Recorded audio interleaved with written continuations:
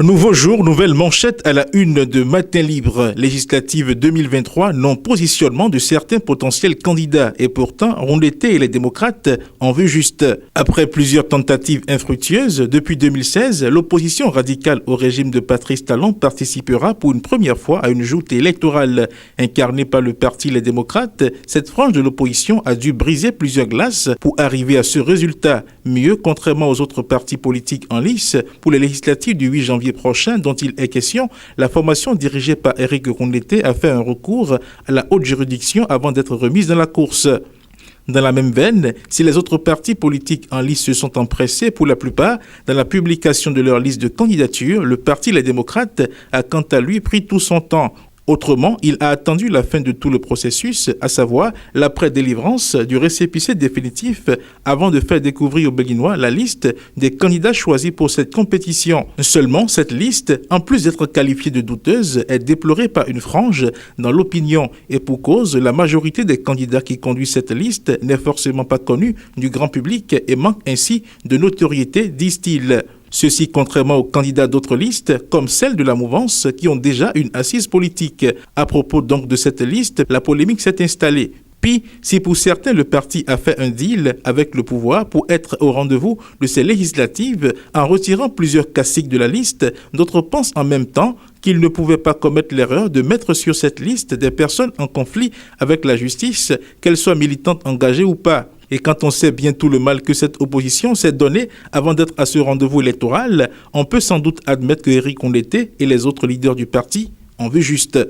Autre titre à la une de votre quotidien, libéré après 5 ans de prison, Maintenon, enfin le bout du tunnel. La CSTB rend hommage aux syndicalistes ce jour.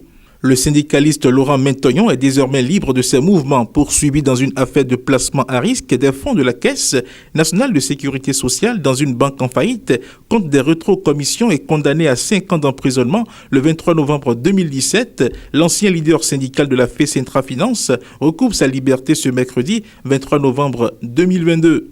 Je dois d'abord saluer le tout-puissant Dieu qui m'a donné la santé. Il a veillé sur moi 60 mois, une semaine, privé de liberté et privé de ma passion. Donc je ne peux que rendre grâce et remercier tout le peuple béninois qui m'a soutenu, tous ceux qui ont prié pour moi, tous ceux qui ont demandé ma libération, ils viennent de l'obtenir, a confié Laurent Maintenon à sa sortie de prison. Ceci après 5 longues années de séjour carcéral. Et cela réjouit déjà ses camarades, familles et amis.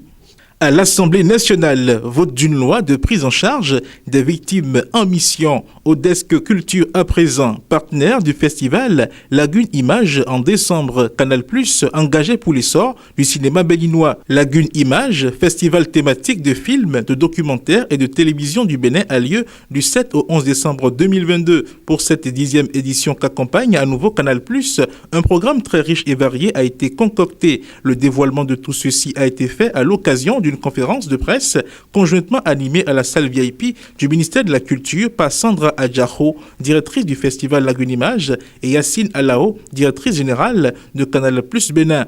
C'était en présence de Carole Borna, représentante du ministre de la Culture et des acteurs du monde du cinéma.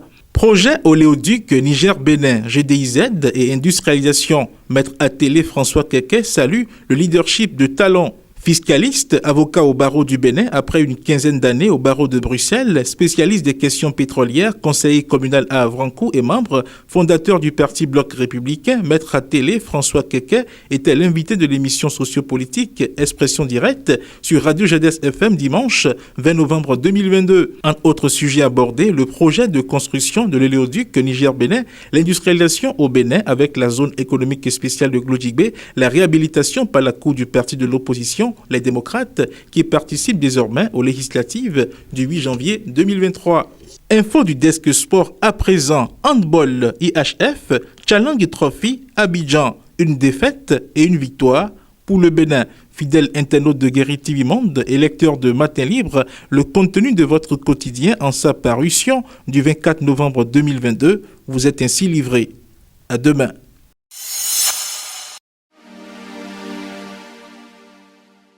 La pub, c'est tout de suite sur Guérit TV Monde. Guérit TV Monde casse ses prix. Wow! Chers candidats aux législatives, profitez de cette opportunité que le leader des Web TV vous offre pour mieux faire connaître vos ambitions et le projet de société de votre parti politique. Et tout ceci à un prix défiant toute concurrence. Pour plus d'informations, appelez le service commercial au 00229 91 19 10 10. Guérit TV Monde, le leader des Web TV.